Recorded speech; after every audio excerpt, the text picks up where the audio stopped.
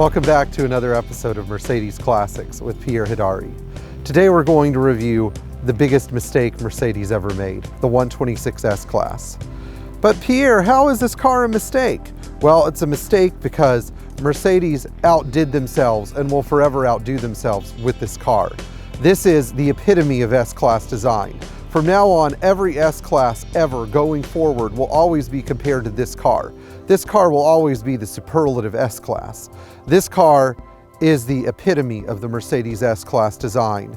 It can never be topped. It can never be recreated. It can never be bested. It can never be redesigned to be a better car. It can never look better. It can never be more functional.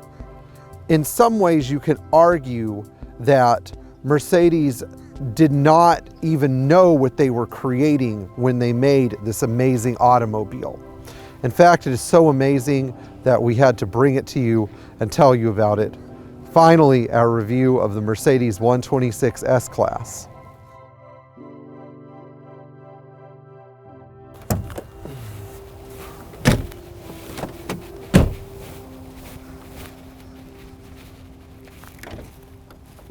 Engine. For this episode of Mercedes Classics, we've picked a diesel finally. Now, I know that some of you have said that we are overdue for a diesel, and you're right, it's true. I should be paying more homage to these amazing engines. Now, this car is the 1987 300 SDL that uses the 603.961 inline six, 3 liters, notorious for cracking cylinder heads, but we're going to talk about that later. Let's do an in-depth review of this power unit and why it's such an amazing power unit. Now, for 1985, Mercedes knew that they had to replace the 617 turbo diesel with its amazing 5-cylinder layout and cast iron head with a more environmentally friendly engine. While the 617 is still the best, especially the turbocharged version, the best manifestation of the Mercedes diesel engine concept, this engine is not that bad.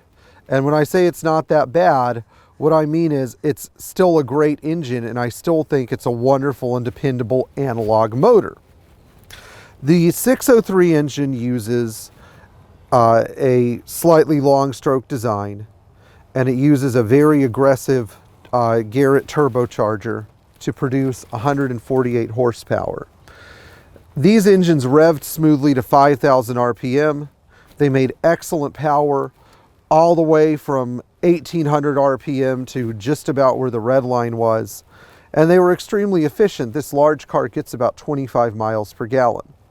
The crux of the cylinder head issues with this car originated because some markets, not just California, but cars that were going to New York and Maryland and similar states, were fitted with a large trap oxidizer right here where this aluminum wrapped exhaust pipe is.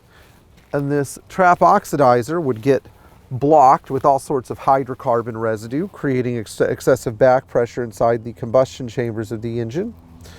And thus the cylinder heads would crack, especially right where the injectors and the glow plugs went in, because that's the hot spot. Now, these cylinder heads were not just they were not just prone to cracking, but head gasket failure could also occur as well. Now, while not all failures were limited to cars equipped with trap oxidizers, cars with trap oxidizers had a much higher failure rate because it's a bad idea to restrict the exhaust of a turbocharged diesel engine, as we've later learned. This car was never equipped with the trap oxidizer, being sold new in the wonderful state of Florida, where we don't come up with pointless emissions regulations. And as a result, it runs and has always ran extremely well. Now, the 603 engine, while it still uses EDS, or electronic diesel system, is still a fairly analog engine, because if you disconnect EDS and disconnect the idle speed governor and you take the rack position sensor off of the injection pump, it still runs extremely well. And in fact, this injection pump is such an iconic pump that it has become the choice of people who like to build extremely high output 603 engines, because it's both a high delivery capable pump and a fully analog pump, and an extremely reliable and workable pump that has a huge range of delivery. You can get this thing spraying insane amounts of fuel into your hot turbocharged diesel engine to make well over 148 horsepower if you wanted to do that. But here at Pierre-Hit Aries, we like for things to work as the Mercedes engineers designed them, because why? Longevity over performance. Good principle. After you guys have, some of you have spent thousands of dollars dealing with performance-related engine injuries, you should think about longevity as a concept. What a great idea. This engine actually pulls this heavy car around so well that it can reach 120 miles an hour. I haven't explored top end on this car because I can't do that legally. But what I can say is with the rear axle upgrade that we incorporated, which is a 2.47 unit from a 560 SEL, it might be possible for us to see 125 to 127 miles an hour out of this beautiful power unit. Now, while a 3-liter engine doesn't sound so big, keep in mind that the base engine on the 126 S-Class, and this was a gasoline motor, was a 2.6 liter M103 engine from the 260 SE, or if you had a 300 SD, you had to make do with 120 horsepower. This body style came with so many engines that I'm actually going to try to name them all. In the first series of 126 cars, there was the M117 5-liter unit as well as the M116 3.8-liter unit. Both of these engines were used up to 1985, and the 5-liter unit was revised heavily and used all the way to the 1991 into production cycle.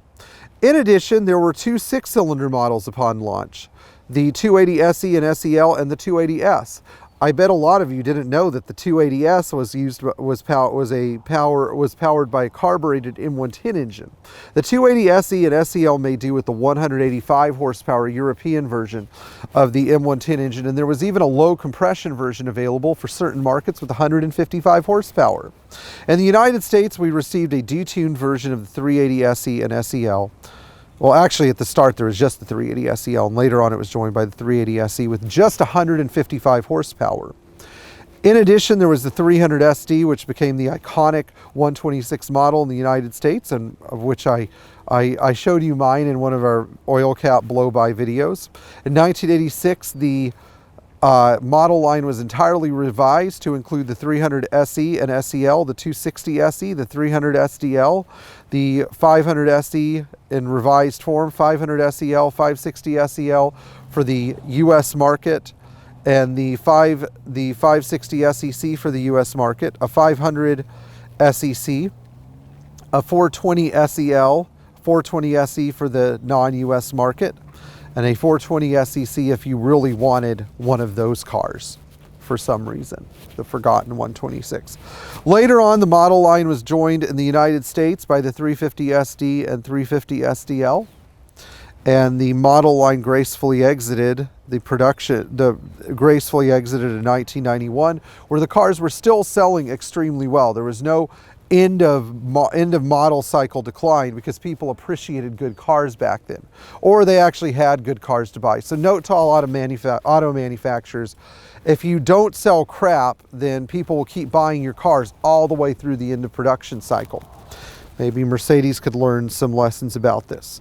So all of these engines had one thing in common. They were all really good engines. In fact, the 126 was graced with probably only one questionable engine, and that was the early single row timing chain 380 engine, M116 engine, which could be updated with a double row chain and correct cam gears if you were willing to pull the oil pan and the timing cover and possibly the cylinder heads. So even the bad engine was redeemable. One of the best engines used in this car was the M103 gasoline engine, because we've given so many accolades to the diesels. If you own a 300 SE or SEL, count yourself lucky because you have one of the best inline 6-cylinder gasoline engines Mercedes ever made.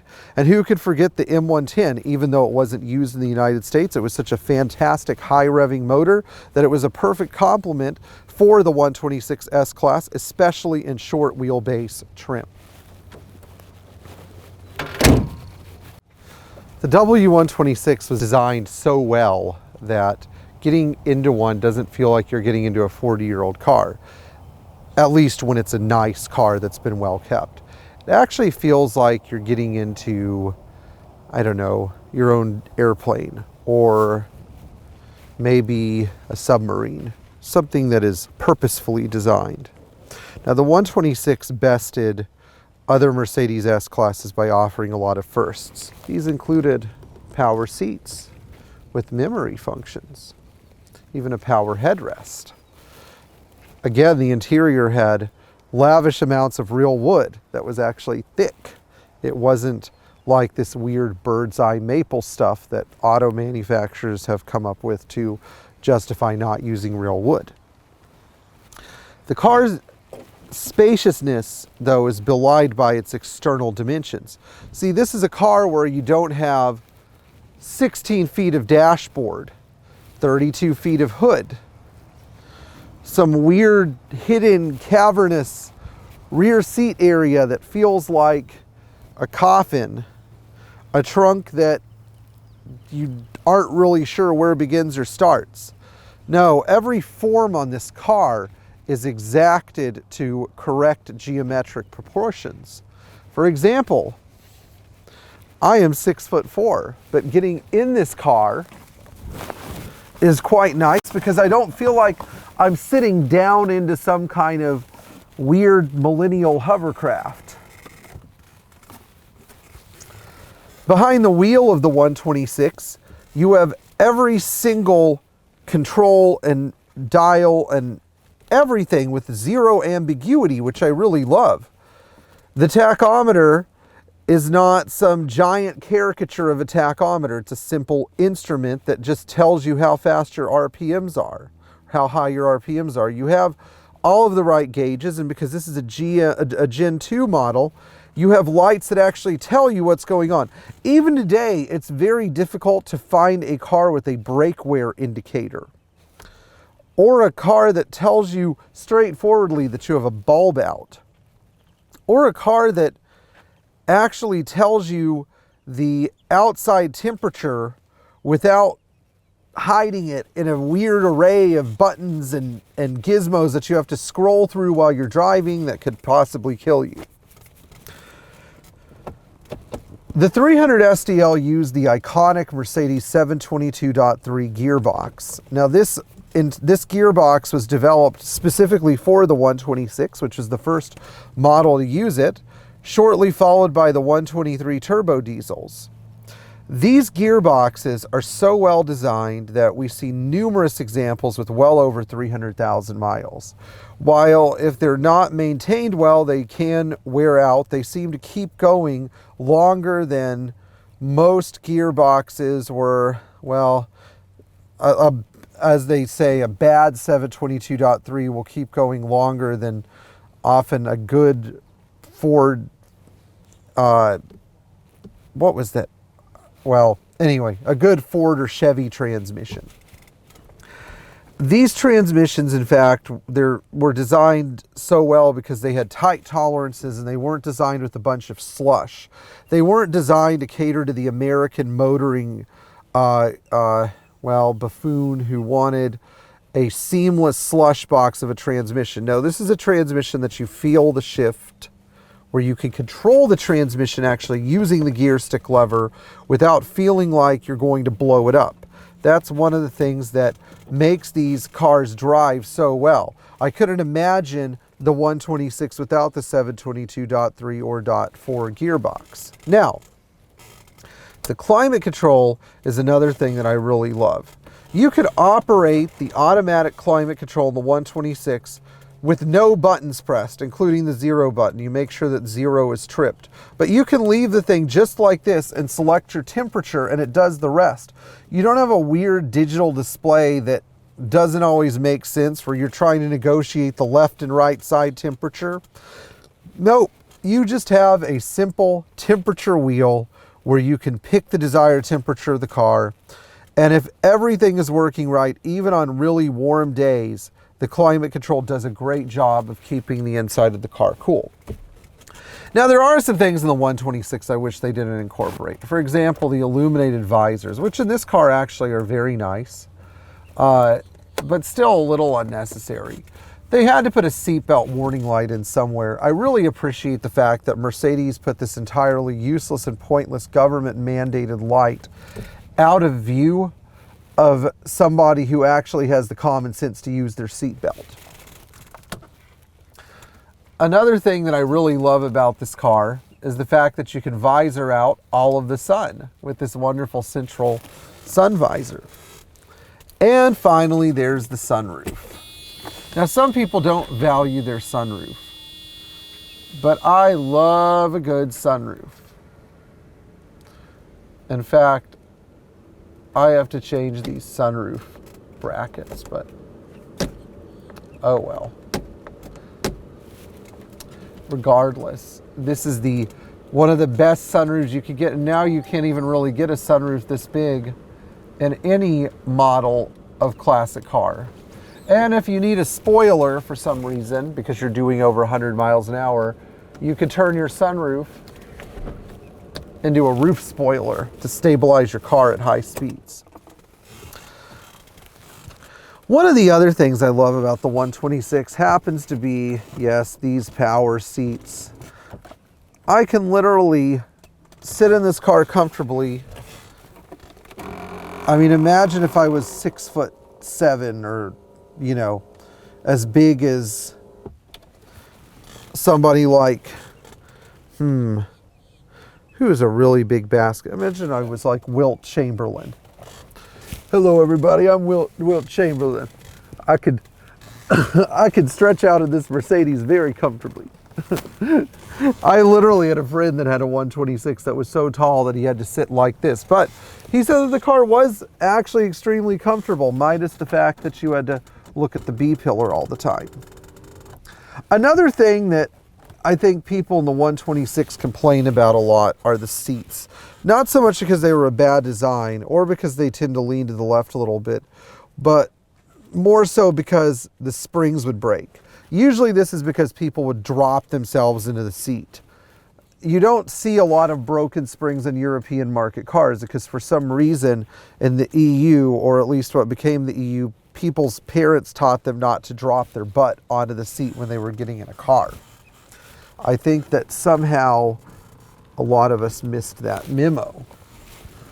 Another really wonderful aspect of the 126 is the back seat, which we're going to explore here in a second. I think I made that seat just a little too short for myself. While this back seat may not be as big as the one in a Rolls-Royce, for example, it's still big enough to hold somebody who's 6'4" comfortably. And when I sit in this back seat, I literally feel like I am being chauffeured around, even though this is not a particularly expensive or valuable car. Now, I know that if you're sitting in the back seat of a 123, it feels like you're being driven in a taxi, and that's okay. But the 126 back seat was so ergonomically pleasing, especially with these wonderful rear headrests and this wonderful center armrest, and the fact that you can push the driver's seat up nice and far. For some reason, it just feels like you're sleeping on an airplane when you're flying, when you're not flying, riding in the back of one of these wonderful cars. And there's not a bunch of weird ambiguous stuff either. You have a window control, and because Mercedes engineers knew that people were going to always be charging their cell phones 35 years in the future, they put 12-volt power supplies in the doors, which I remember one day I was with a friend of mine, and she and I and several other people were going to a play, and she needed to charge her phone, and I said, look in the door. There's a phone charging port. Wonderful, huh? The 126 also came with standard cruise control, power antenna, a first aid compartment, a secret spy-related gizmo or gadget compartment that is ambiguously marked, and a giant trunk, because I am an American and I like to drive around with a bunch of stuff in my car that I don't need. And so what a better place to put my golf clubs, a suitcase, my laptop bag, an extra pair of shoes, some spare car parts because of my occupation, 2 extra changes of shirts, some old lunch containers, and of course, my sun pass in this cavernous trunk. The other thing I love is there's not some weird inside trunk pull. Inside trunk pulls are for lazy people. A correctly opening trunk is one that is open from the outside of the car, not by some goofy cable inside the vehicle. And if there's ever a situation where I have to take a nap with all my stuff inside, I have to prove to all of you that this is entirely possible. I have to take one shoe off, but for the most part,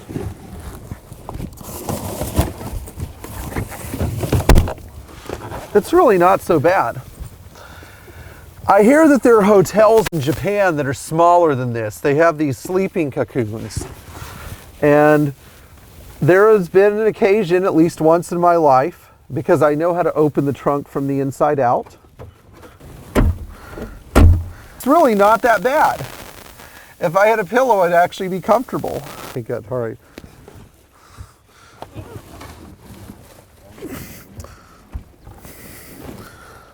Another great reason to own a 126 is the fact that in case a stranger has to let you out of the trunk, all you have to do is say, push the button, and it'll open.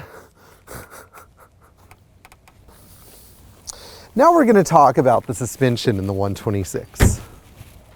The W126 was suspended like a proper Mercedes with a separate rear subframe and control arms in all 4 corners. Giant coil springs, no gimmicks in this front end, no concessions made to the car feeling like a race car. No, this car rides like the perfect combination of a landing airplane and a giant truck, but not an American big rig, more like a Tatra 6-wheeled truck. These cars didn't use McPherson struts. No, they had an upper and a lower control arm mitigated by a coil spring, because McPherson struts are not real suspension. Now, McPherson struts are just for cheesy compact cars, and the 124, unfortunately, which would have benefited more from a suspension like this than the original strut design. We did a minor suspension lift too, using all factory parts to give this car additional ground clearance to protect the oil pan. A lot of people complain about the ride height of the 126, but it's part of the robustness of the car. You can't have a car like this that looks like some low, sleek, I don't know, and you can't have a car like this that looks like a Ford Probe or a Toyota Supra. I think that when the suspension is set at its correct height on a 126, it makes it look tough, muscular, ready for anything. A car chase through the streets of Paris, a car chase through the streets of Tehran, a car chase through the streets of Los Angeles, a car chase through Texas where the roads are horrible. One of the other things I love about the 126 is its body shell rigidity. Now, Mercedes pioneered the offset frontal crash zone with these cars, because if they were hit in the corner, the whole front end was designed to shift over. While this is a norm now on modern cars, the 126 was the first car to design a body like this, so that in case you got in a head-on collision, the front part of the car wouldn't end up in the interior, and it would actually divert the impact to the left or right, which is one of the genius design moves in this vehicle. Another thing that Mercedes pioneered so beautifully in the 126 is the supplemental restraint system with airbags, automatic tensioning seat belts, anti-lock brakes, basically the only 3 safety aids that you really need. Of course, I'm not advocating for you to buy one of these cars for your teenager to destroy, but I am saying that for some reason, if some idiot happens to hit you because they don't appreciate the car you have, or they're too busy texting, you're not going to die in this car. You're probably not even going to have any serious injuries. And you're probably not going to need a cane to beat the crap out of the person who hit you with who hit you with their car afterwards. You know, you're going to be able to do it right there on the spot with your fist. The aerodynamic tendencies of the 126 are another great thing that separate this car from so many other cars. As I had said earlier, the fact the car looks so square yet it's so aerodynamic is one of those automotive enigmas that is still poorly understood by today's designers, who make ugly cars that still have a similar drag coefficient to the 126. Yet simple little design traits such as this beautifully integrated A-pillar, a front end that has no hard corners that trap air, and of course, to improve the look of this car and to an extent the aerodynamics, we used European headlights. Everything about this car was just designed right from the beginning. What else do you say? Let's go put this thing on the road and show you what it can do.